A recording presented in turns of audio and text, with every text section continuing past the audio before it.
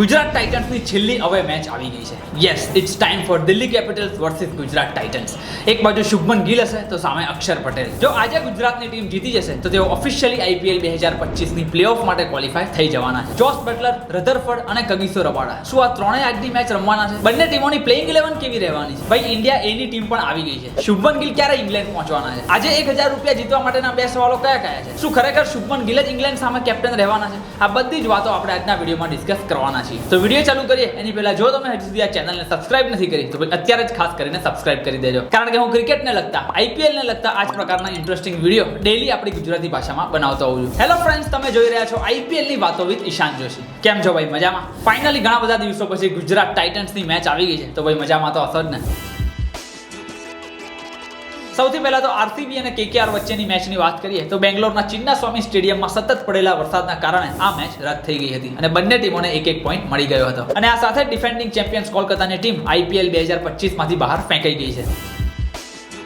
હવે ગુજરાતવાળી મેચની વાત કરીએ તો આજે સાંજે 7:30 વાગે દિલ્હીના અરુણ જેટલી સ્ટેડિયમમાં દિલ્હી કેપિટલ્સ અને ગુજરાત ટાઇટન્સ આ બંને ટીમો આમને સામને થવાની છે. જો ગુજરાતની ટીમ આજની મેચમાં દિલ્હી કેપિટલ્સને હરાવી દેશે તો તેઓ ઓફિશિયલી પ્લેઓફ માટે ક્વોલિફાય થઈ જવાના છે. તો બીજી બાજુ દિલ્હી કેપિટલ્સ માટે પણ આજની મેચ ખૂબ જ અગત્યની રહેવાની છે. જો તેઓ આજની મેચ હારી જાય છે તો પ્લેઓફમાં પહોંચવાનું તેમના માટે પણ અઘરું થઈ શકે છે, કારણ કે જો પોઈન્ટ ટેબલની વાત કરીએ તો દિલ્હી કેપિટલ્સ અત્યારે 13 પોઈન્ટ ઉપર છે અને હજુ પણ તેમની 3 મેચો બાકી છે. એટલે જો તેઓ આજે ગુજરાત ટાઇટન્સ સામે હારી જાય અને પછી બાકીની બંને મેચો જીતી જશે તો પણ ખાલી 17 પોઈન્ટ સુધી પહોંચી શકવાના. એટલે ડેફિનેટલી દિલ્હી કેપિટલ્સની ટીમ ટ્રાય કરવાની છે કે આજે ગુજરાત ટાઇટન્સને હરાવીને તેઓ પ્લેઓફની રેસમાં બની રહે. રિસન્ટ પરફોર્મન્સીસની વાત કરીએ તો ગુજરાત ટાઇટન્સની ટીમ પોતાની છેલ્લી બંને મેચો જીતીને આવી રહી છે, જ્યારે દિલ્હી કેપિટલ્સની વાત કરીએ તો છેલ્લી 4 માંથી તેઓ 2 મેચ હારી ગયા છે, એક મેચ વરસાદના લીધે રદ થઈ ગઈ છે અને એક મેચ ઓફકોર્સ સિક્યુરિટીના લીધે કેન્સલ કરવી પડી હતી. હવે બંને ટીમોના હેડ ટુ હેડ રેકોર્ડ્સની વાત કરીએ તો અત્યાર સુધી આઈપીએલના ઇતિહાસમાં ગુજરાત ટાઇટન્સ અને દિલ્હી કેપિટલ્સ વચ્ચે ટોટલ 6 મેચો રમાયેલી છે, જેમાંથી 3 મેચ ગુજરાત ટાઇટન્સની ટીમ જીતી છે અને 3 મેચ દિલ્હી કેપિટલ્સની ટીમ જીતી શકી છે. એટલે અત્યાર સુધીના રેકોર્ડની વાત કરીએ તો એકદમ કાંટાકી ટક્કર જોવા મળી છે. પરંતુ આ વખતે આઈપીએલ 2025માં ગુજરાત ટાઇટન્સની ટીમ ઓલરેડી એક વખત દિલ્હી કેપિટલ્સને હરાઈ ચૂકી છે અને ગુજરાત ટાઇટન્સનું આઈપીએલ 2025માં ફોર્મ પણ કન્સિસ્ટન્ટ અને જોરદાર જોવા મળ્યું છે. હવે સૌથી અગત્યનું બંને ટીમોમાં કયા કયા પ્લેયર્સ રમવાના છે એની વાત કરીએ તો અત્યારે તો ભાઈ ગુજરાત ટાઇટન્સની ટીમ એકદમ સ્ટ્રોંગ જોવા મળી રહી છે. જોસ બટલર પણ અવેલેબલ છે, કગિસો રબાડા પણ રમવાના છે અને શેરફાન રધરફર્ડ તો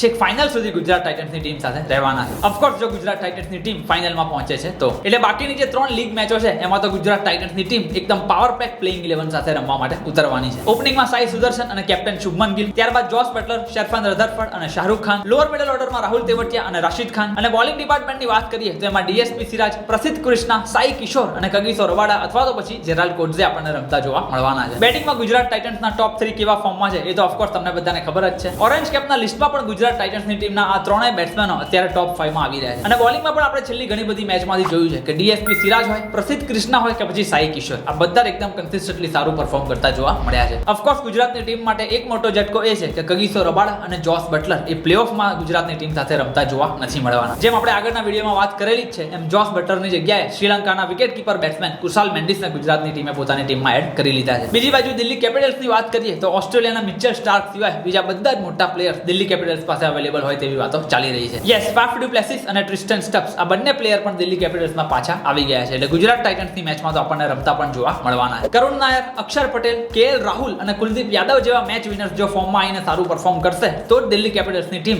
ગુજરાત ટાઇટન્સ જેવી સ્ટ્રોંગ ટીમને ચેલેન્જ આપી શકવાની છે. બાકી ગુજરાત ટાઇટન્સને આ મેચ જીતવાથી પણ કોઈ નથી રોકી શકવાનું. શું લાગે છે ભાઈ તમને? કઈ ટીમ વધારે સ્ટ્રોંગ લાગી રહી છે? શું ગુજરાત ટાઇટન્સની ટીમ આજની મેચમાં દિલ્હીને હરાવીને પ્લેઓફમાં પહોંચી જવાની છે? એ મને નીચે કોમેન્ટમાં લખીને ખાસ જણાવજો.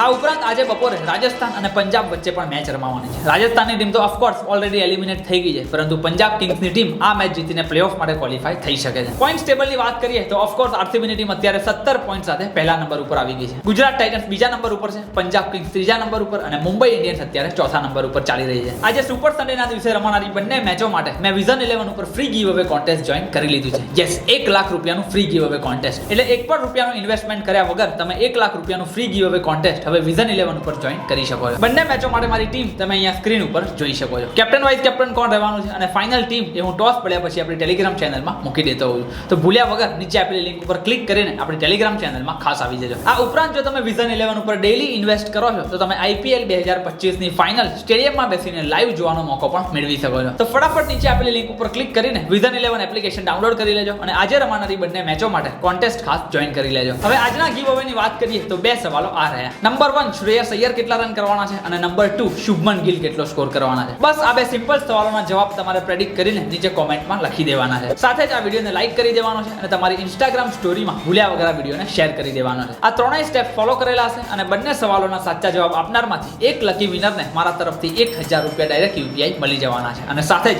નેક્સ્ટ વિડીયોમાં શાઉટ આઉટ તો ખરું જ. તો ફટાફટ ભૂલ્યા વગર ગીવ અવેમાં પાર્ટિસિપેટ ખાસ કરી લેજો. હવે આઈપીએલ થી ઉપર ભારતીય ક્રિકેટ ટીમની અમુક અપડેટ્સની વાત કરીએ તો ઇંગ્લેન્ડ સામે રમાનારી 5 મેચની મોટી ટેસ્ટ સિરીઝ પહેલા ઇન્ડિયા એ ટીમની જાહેરાત થઈ ગઈ છે. અભિમન્યુ ઈશ્વરનની કેપ્ટનશિપમાં ઇન્ડિયા એની ટીમ ઇંગ્લેન્ડ લાયન્સ સામે 2 ફર્સ્ટ ક્લાસ મેચો રમવાની છે. 30 મે થી 2 જૂન સુધી પહેલી મેચ અને 6 થી 9 જૂન સુધી બીજી ફર્સ્ટ ક્લાસ મેચ રમાવાની છે. આ બંને મેચો પતી ગયા બાદ ભારતીય ટીમ ઇન્ટ્રા સ્ક્વોડ મેચ એટલે કે અંદર ટેસ્ટ મેચ પણ રમવાની છે. હવે ઇન્ડિયા એ ટીમની વાત કરીએ તો કેપ્ટન તરીકે ઓફકોર્સ અભિમન્યુ ઈશ્વરન રહેવાના છે, કારણ કે ડોમેસ્ટિક ક્રિકેટમાં તેઓ છેલ્લા ઘણા બધા સમયથી સતત સારું પરફોર્મન્સ આપી રહ્યા છે. એના સિવાય જો બેટ્સમેનોની વાત કરીએ તો કરુણ નાયર, ઋતુરાજ ગાયકવાડ, યશસ્વી જયસ્વાલ, સરફરાઝ ખાન, શુભમન ગિલ અને સાઈ સુદર્શનનો સમાવેશ થાય છે. વિકેટ કીપર તરીકે ઇન્ડિયા એની ટીમમાં ધ્રુવ જુરેલ અને ઈશાન કિશાનનો સમાવેશ કરવામાં આવ્યો છે. એટલે યસ, ફાઇનલી ઈશાન કિશાન ભારતીય ટીમમાં પાછા આવી રહ્યા હોય તેવું મને લાગી રહ્યું છે. ઓલરાઉન્ડર તરીકે નીતિશ કુમાર રેડ્ડી, શાર્દુલ ઠાકુર, માનવ સુથાર, તનુષ કોટિયન, અંશુલ કંબોજ અને હર્ષ દુબેનો ટીમમાં સમાવેશ કરવામાં આવ્યો છે. અને જો પ્રોપર બોલર્સની વાત કરીએ તેમાં મુકેશ કુમાર, આકાશદીપ,